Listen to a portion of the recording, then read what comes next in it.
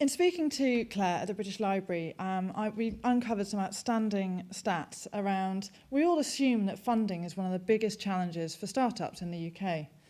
But actually, 4 times more people come to the British Library looking for marketing support than they do for funding. That's an outstanding number, and today I hope whether you're just starting out in business or you're already running a successful business, I'll be able to give you some ideas to help with your marketing. But before I do that, it might be worth me just sharing a little bit about myself. It was a long-standing joke with my family that I would end up running my own business. Whether it was making jewellery, painting kids' faces when I was 14 years old, or running my interior design business at 19, I was always somewhat enterprising. I even wrote to Coke one day, asking them why they didn't put lemon in their Coke like you do in pubs.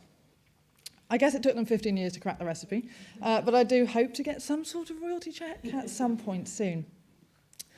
That said, I certainly haven't always run my own business, and I genuinely believe that had I not taken the course I did, the Nurture Network wouldn't be here now. Instead, when I left at university, I wrapped up my interior design business and got a graduate job in a big corporate. I knew I had an awful lot to learn about business and marketing, so I thought that would be a pretty good place to do it. Unfortunately, I got to play with some really awesome brands along the way. Many years on, that decision proved absolutely instrumental in the development of the Nurture Network. I completely fell in love with what I did. Marketing a fast-moving consumer goods business like toiletries or food and drink is like running your own little business.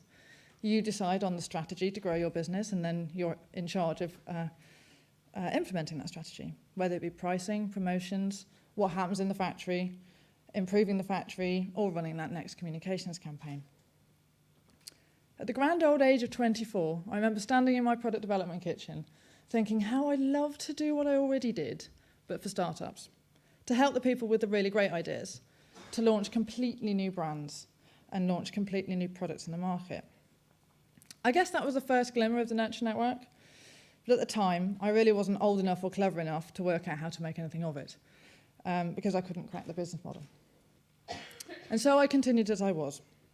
I had some character-building roles where I had no budget at all, and I had some roles where I could splash about 8 million in a year. As much as I loved it, though, it really wasn't my own business.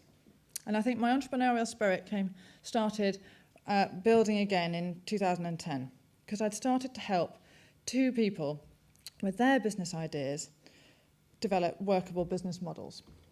In doing so, I discovered that all the stuff that I'd learned about launching, running and marketing big brands was actually useful to entrepreneurs if I simplified it, streamlined it, from what I knew for that very purpose.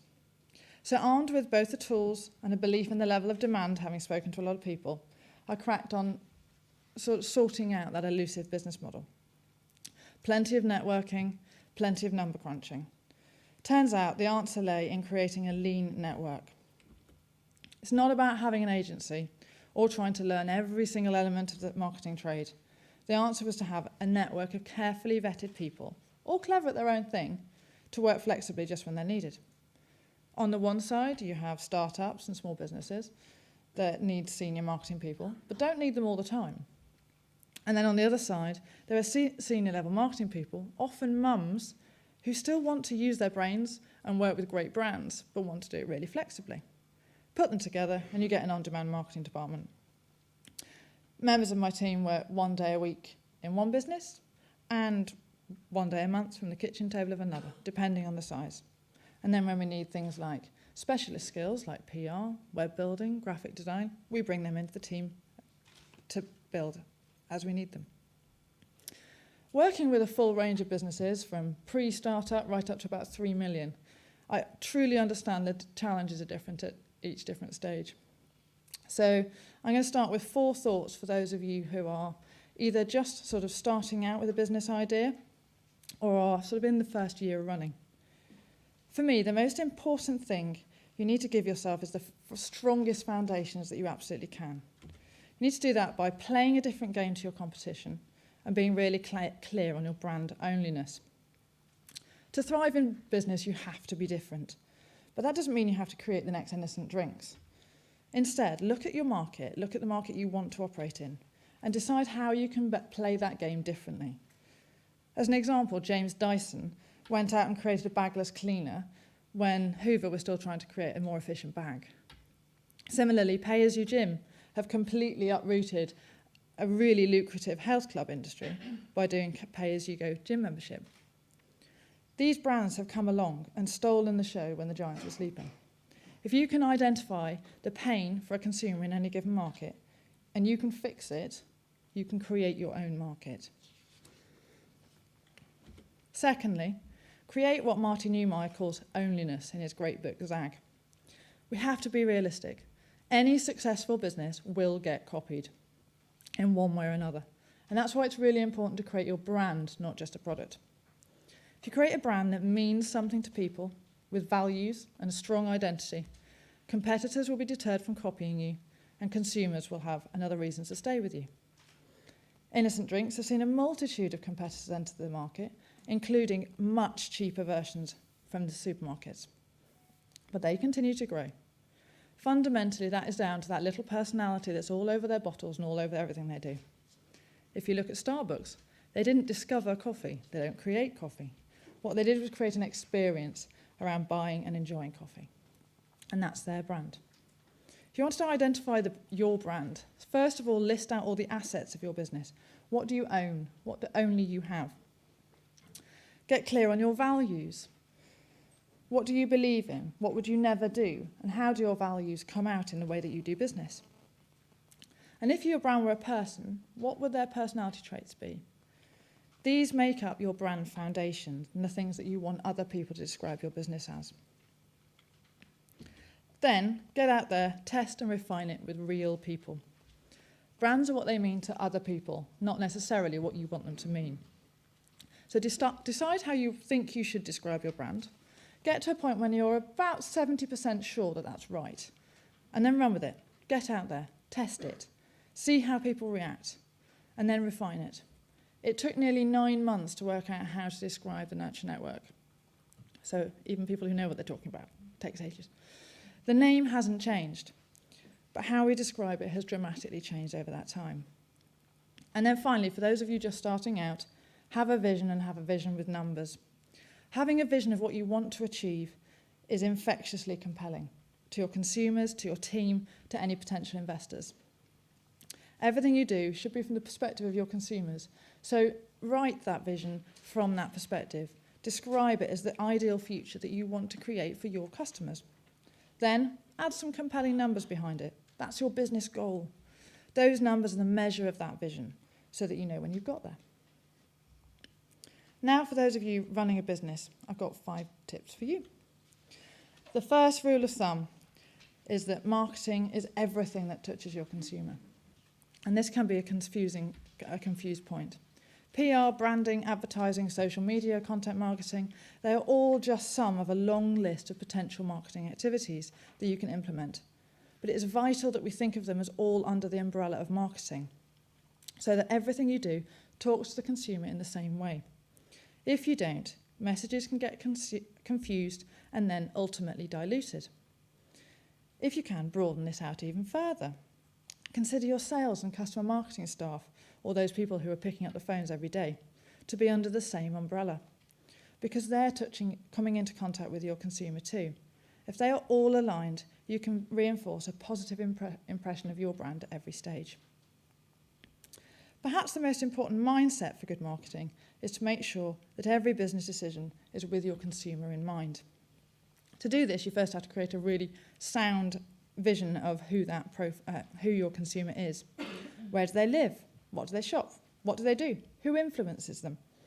Build a complete picture of them as one person. You have to be ruthless here. Your consumer Jane is not 25 to 45. Your customers might span 25 to 45.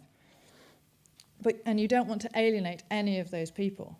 But you have to choose one group, one particular group, the most valuable group to you, to talk to directly.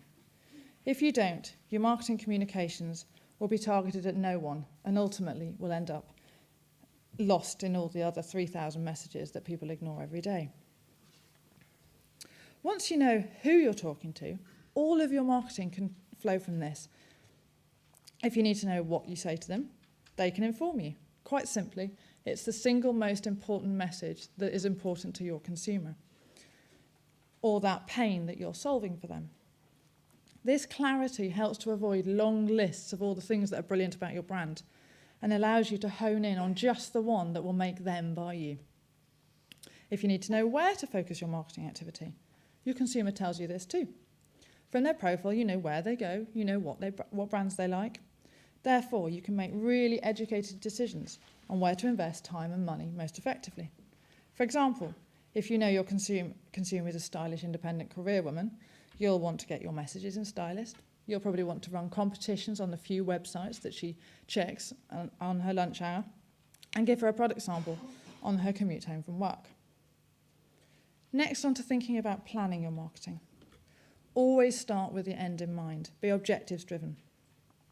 When faced with exciting marketing ideas, new technologies, a limited budget, it's really easy to become distracted and want to try absolutely everything that's thrown at you. In reality, though, that can lead to stretched resource, wasted money, and sometimes disappointing results. Starting out with a clear idea of what you want to achieve is key to avoiding those pitfalls. So before you do anything, think about, do you want more people to know about you? That's all about driving awareness. Do you want more people to try you? That's around driving trial. Perhaps you want your current customers to buy more. That's about driving frequency. Each one of these have a suite of options available to them to deliver against those objectives. But knowing where you want to end up helps you filter down through those options. For example, most new businesses need to drive awareness. But if your business idea is quite unusual, then your consumers might want to try it before they really believe it. And based on that, you would absolutely invest in sampling over PR advertising. Next, use everything you can to spread your brand. The likelihood is you'll have a very limited budget, but it's just a great excuse to be really, really entrepreneurial, and you can do a lot with very little money. Brand everything that touches your consumer or exists in the outside world. Innocent, talk to people on their bottles. Most of us are quite familiar with that. Sofa.com will brighten up your day when you're on their morning commute because there are many jokes all over their vans. And Moo.com have turned their automated emails to be sent to you from a little print robot. Every example builds a stronger impression of their brand. So look at every stage of your business and see where you can spread that brand love, whether it's on your business cards, your invoices, or stickers on your parcels. Every little helps to carve out your brand, and it will make people want to tell their friends about you. And finally, bootstrap and collaborate. When you join the world of being a startup, it's time to master the art of asking, because this is an entrepreneurial world of helping each other out, and you must not be fearful of asking the question. Armed with who you want to reach and why, sit there. I like to imagine that I've got a £50,000 budget to work with. Decide what I do, and then decide how to do it on £1,000. That sounds really flippant, and I don't mean it to be. But if you know where you want to get featured, you can focus all of your time and effort on building a relationship in that area, whether it be a publication with PR or with another brand because you want to be associated with them.